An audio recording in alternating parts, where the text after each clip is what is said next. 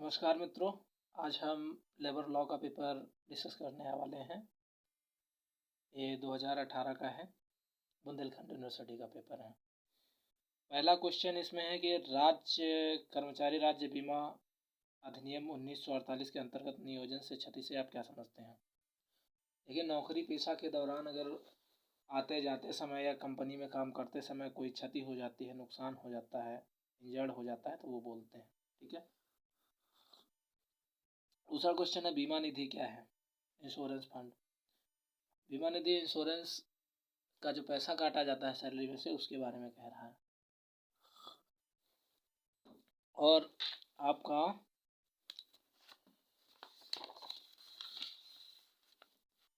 तीसरा क्वेश्चन है मजदूरी से आप क्या समझते हैं। कारखाना अधिनियम के अंतर्गत कर्मकार शब्द को परिभाषित कीजिए।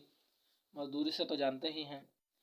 कर्मकार से आशय है जो कंपनी में वर्कर होते हैं ना, उनको बोलते हैं। कारखाना अधिनियम 1948 के अंतर्गत निरीक्षक की शक्ति और कार्यों का वर्णन कीजिए। निरीक्षक, कंपनी में जो निरीक्षक होता है, इंस्पेक्टर होता है, उसके बारे में पूछ रहे हैं। सातवां क्वेश्चन है कारखाना अधिनियम 1948 के अंतर्गत अधिष्ठाता शब्द से क्या समझते हैं।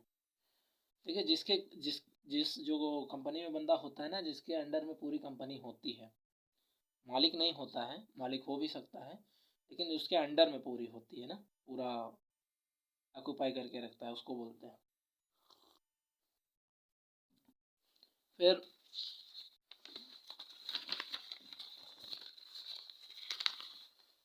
आपका क्वेश्चन है मौसमी कारखाना से आप क्या समझते हैं। देखिए, मौसमी कारखाना जानते हैं क्या होते हैं। वो जैसे कि मान लिया जाए सेब का सीजन चल रहा है, तो उसके लिए कोई कंपनी लगा ली जाए, बागवान लगा ली जाए, कारखाना लगाया जाए।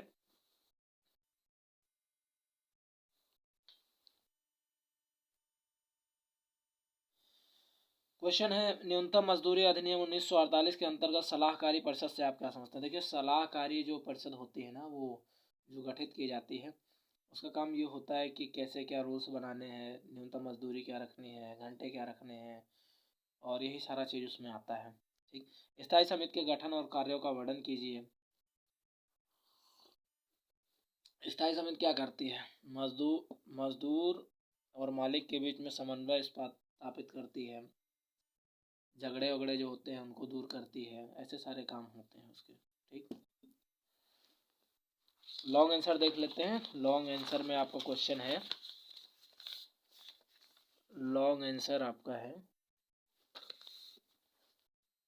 कारखाना अधिनियम 1948 के अंतर्गत कर्मकारों की सुरक्षा संबंध उपबंधों की विवेचना कीजिए। देखो, सुरक्षा के उपबंध क्या होते हैं। जैसे कोई कंपनी है,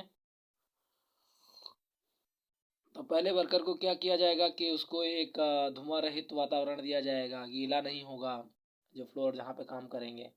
कोई मशीन वैसी है तो उनकी ताराबंदी की जाएगी अगर असुरक्षित हैं। ठीक है। और इक्विपमेंट पूरे उनको दिए जाएंगे, जैसे कि जूते दिए जाएंगे जो सुरक्षा वाले आते हैं।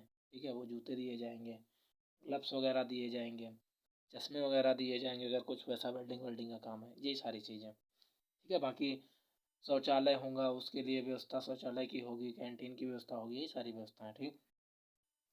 कर्मचारी राज्य बीमा न्यायालय के गठन, क्षेत्राधिकार और शक्तियों की विवेचना कीजिए।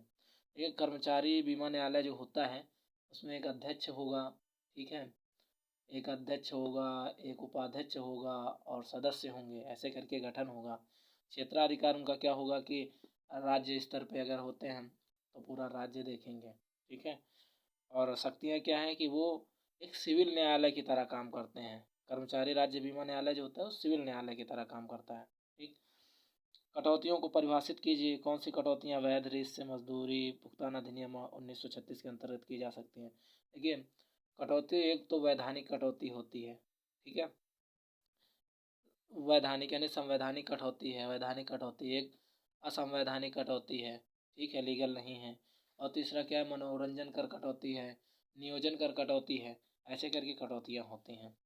लास्ट क्वेश्चन हमारा है कर्मचारी राज्य बीमा अधिनियम 1948 के अंतर्गत कर्मकारों को कौन कौन से लाभ प्राप्त हैं।